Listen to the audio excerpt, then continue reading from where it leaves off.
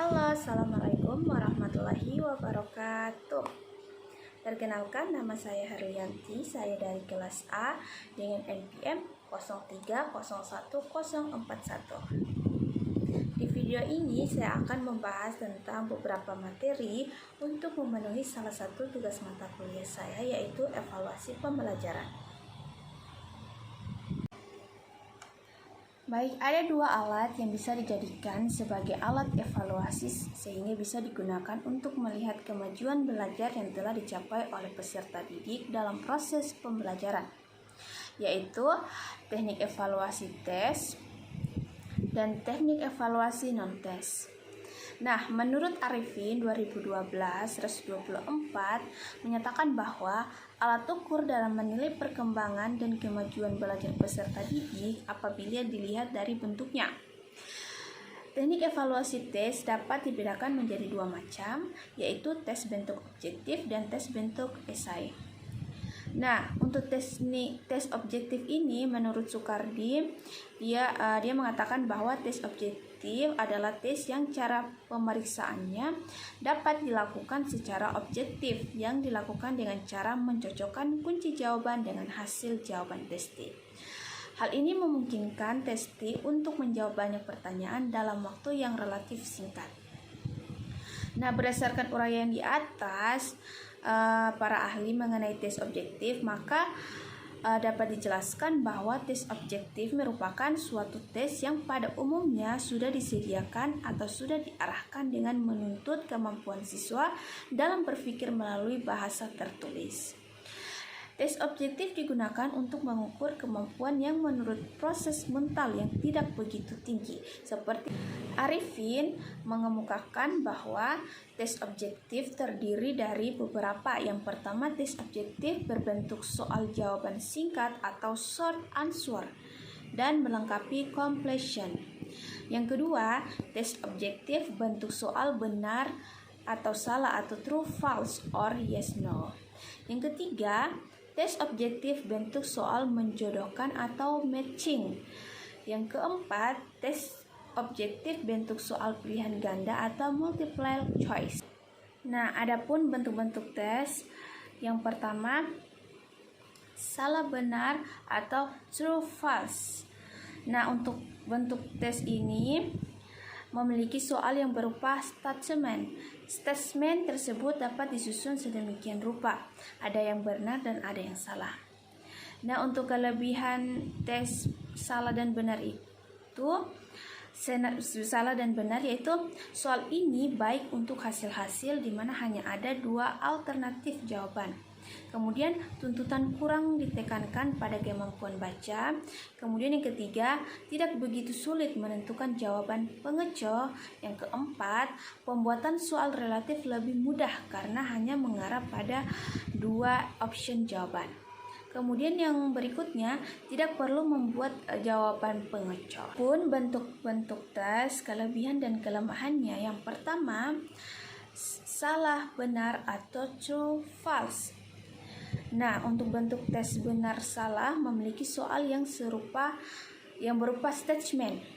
Statement tersebut dapat disusun sedemikian rupa, ada yang benar dan ada yang salah. Adapun kelebihan dari tes salah benar yaitu yang pertama, soal ini baik untuk hasil-hasil di mana hanya ada dua alternatif jawaban. Kemudian yang kedua, tuntutan kurang ditekankan pada kemampuan baca. Kemudian yang ketiga, tidak begitu sulit menentukan jawaban pengecoh. Yang keempat, pembuatan soal relatif lebih mudah karena hanya mengarah pada dua option jawaban. Yang kelima, tidak perlu membuat jawaban pengecoh. Nah, adapun untuk kelemahan soal tes salah benar yaitu yang pertama, sulit menuliskan soal di luar tingkat pengetahuan yang bebas dari maksud ganda. Kemudian yang kedua, jawaban soal tidak memberikan bukti bahwa siswa mengetahui dengan baik. Dan yang ketiga, tidak bisa untuk mengukur kemampuan analisa. Yang keempat, kurang cocok untuk soal hitungan. Yang kelima, soal kurang bervariasi. Berikutnya, yang keenam, tidak ada informasi diagnostis dari jawaban yang salah. Kemudian yang ketujuh, memungkinkan dan mendorong siswa untuk menerka-nerka. Nah, kemudian yang kedua ada pilihan ganda atau multiple choice. Nah, tes pilihan ganda merupakan tes yang menggunakan pengertian atau pernyataan yang belum lengkap, dan untuk melengkapinya maka kita harus memilih satu dari beberapa kemungkinan jawaban benar yang telah disiapkan. Tes pilihan ganda adalah bentuk tes yang mempunyai satu jawaban yang benar atau paling tepat. Adapun kelebihan pilihan berganda, yang pertama, hasil belajar yang sederhana sampai yang kompleks dapat diukur. Kemudian yang kedua, terstruktur dan petunjuknya jelas. Yang ketiga, alternatif jawaban yang salah dapat memberikan informasi diagnostik. Yang keempat, tidak memungkinkan untuk menerka jawaban. Yang kelima, dapat diaplikasikan dengan komputer baik keterampilan soal dan perhitungan nilainya interaktif. Kemudian, kelemahan dari pilihan berganda, yang pertama, penyusunannya membutuhkan waktu yang lama. Yang kedua, sulit menemukan pengacau. Yang ketiga, kurang efektif mengukur beberapa tipe pemecahan masalah. Kemampuan untuk mengorganisir dan mengekspresikan ide. Yang keempat, kurang menggambarkan sebuah proses. Yang kelima, tingkat kemampuan yang terukur sangat terbatas. Yang keenam, jumlah soal harus banyak agar dapat mewakili semua materi yang telah dipelajari. Dan yang berikutnya, nilai dapat dipengaruhi dengan kemampuan baca. Nah, yang ketiga, isian atau completion. Tes isian terdiri dari kalimat yang dihilangkan atau diberi titik-titik. Bagian yang dihilangkan ini diisi oleh peserta tes merupakan pengertian yang diminta agar pernyataan yang dibuat menjadi pernyataan yang benar. Adapun kelebihan isian atau completion, yaitu yang pertama, sangat mudah dalam penyusunan uraiannya lebih menghemat tempat atau menghemat kertas. Kedua, persyaratan komprehensif dapat dipenuhi oleh tes model ini. Yang ketiga, digunakan untuk mengukur berbagai taraf kompetensi dan tidak sekedar mengungkapkan taraf pengenalan atau hafalan saja. Nah, untuk kelemahan isian atau completion, yaitu lebih cenderung mengungkapkan daya ingat atau aspek hafalan saja. Yang kedua, butir-butir item dari tes model ini kurang relevan untuk diajukan. Yang ketiga dan yang terakhir itu, tes kurang berhati-hati dalam menyusun kalimat dalam soal. Kemudian bentuk tes selanjutnya yang keempat, jawaban singkat atau short answer. Bentuk tes jawaban singkat ini menghendaki jawaban dengan kalimat dan atau angka-angka yang hanya dapat dinilai benar atau salah. Soal bentuk jawaban singkat biasanya dikemukakan dalam bentuk pertanyaan. Dengan kata lain, item tersebut berupa suatu kalimat pertanyaan yang dapat dijawab dengan singkat. Nah, untuk kelebihan jawaban singkat, yang pertama, mudah dalam perbuatan. Yang kedua, kemungkinan menebak jawaban yang sangat sulit. Yang ketiga, cocok untuk soal-soal hitungan. Yang keempat, hasil-hasil pengetahuan dapat diukur secara luas. Nah, adapun kelemahan dari jawaban singkat, yang pertama, sulit menyusun kata-kata, jawabannya hanya satu. Yang kedua, tidak cocok untuk mengukur hasil-hasil belajar yang kompleks. Yang ketiga, penilaian menjemukan dan memerlukan waktu yang banyak. Dan yang kelima, bentuk soal tes yaitu menjodohkan atau matching. Nah, untuk soal menjodohkan sebenarnya masih merupakan pilihan ganda. Perbedaannya adalah pilihan ganda terdiri atas item dan option. Kemudian testi tinggal memilih salah satu option yang diberikan, sedangkan bentuk menjodohkan terdiri atas kumpulan soal dan kumpulan jawaban yang keduanya dikumpulkan pada dua kolom yang berbeda. Kolom sebelah kiri menunjukkan kumpulan soal dan kolom sebelah kanan menunjukkan kumpulan jawaban.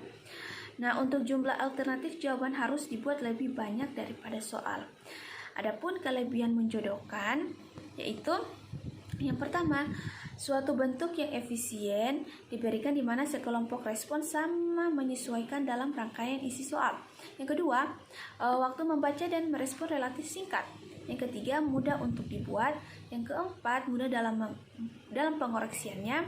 Yang kelima, memudahkan siswa menjawab soal karena jawaban sudah tersedia. Yang keenam, penilaian mudah, objektif, dan dapat dipercaya. Nah, adapun untuk kelemahan menjodohkan yaitu yang pertama, dibatasi oleh faktor ingatan atau pengetahuan yang sederhana dan kurang dapat dipakai untuk mengukur penguasaan yang bersifat pengertian dan kemampuan membuat tafsiran. Dan yang kedua, sulit menyusun soal yang mengandung sejumlah respon yang homogen. Yang ketiga, terlalu banyak jawaban yang harus dipilih. Yang keempat, sulit mencari pasangan-pasangan gen yang relevan dengan soal. Yang kelima, hanya mengukur materi yang bersifat hafalan atau rekal. Berikutnya, adapun macam-macam kelebihan dan kekurangan evaluasi non-teks. Yang pertama, observasi atau pengamatan. Kelebihan metode observasi yang pertama merupakan alat yang langsung untuk menyelidiki bermacam-macam gejala. Yang kedua, untuk observer, teknik observasi lebih sedikit tuntutannya. Yang ketiga, memungkinkan pencatatan yang serempak dengan terjadinya suatu gejala. Yang keempat, tidak tergantung kepada self-report. Yang kelima, banyak kejadian-kejadian penting tidak dapat diperoleh dengan pengamatan langsung. Kemudian yang kedua, kelemahan metode observasi. Yang pertama itu, banyak kejadian-kejadian tidak dicapai dengan observasi langsung atau observasi langsung tidak sesuai dengan penelitian kehidupan pribadi seseorang yang sangat rahasia. Yang kedua, jika observasi mengetahui dirinya diselidiki, mungkin dengan sengaja menimbulkan kesan yang menyenangkan atau sebaliknya. Yang ketiga, timbulnya kejadian tidak selalu dapat diramalkan sehingga observer dapat hadir untuk mengobservasi kejadian itu. Yang keempat, tugas observasi dapat terganggu pada sewaktu-waktu. Yang kelima, terbatasi oleh lamanya waktu kejadian. Kemudian berikutnya ada angket atau kuesioner. Kelebihan metode angket yang pertama, praktis. Dalam waktu singkat dapat memperoleh data yang banyak sekalipun tempatnya berjauhan. Kedua, ekonomis. Dari segi tenaga sedikit. Maksudnya sedikit tenaga yang diperlukan. Kemudian yang ketiga, responden dapat menjawab dengan terbuka atau leluasan, tidak terpengaruhi oleh yang lain. Adapun kelemahan metode angket, yang pertama, jika ada pertanyaan yang kurang jelas tidak bisa mendapat keterangan lebih lanjut. Kedua, pertanyaan dalam angket biasanya bersifat agak kaku, tidak dapat dirubah sesuai dengan keadaan sekitarnya. Ketiga, sulit memberikan jaminan bahwa semua angket yang telah dikeluarkan itu akan kembali seluruhnya. Nah, adapun cara untuk mengatasi kelemahan metode angket, yang pertama itu memberikan pengarahan kepada responden dalam mengisi angket. Kedua, melalui pengamatan kembali baik secara langsung atau tidak langsung terhadap kesesuaian hasil angket dengan kehidupan.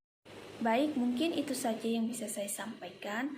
Lebih dan kurangnya mohon dimaafkan. Wabillahi taufiq wal hidayah. Assalamualaikum warahmatullahi wabarakatuh.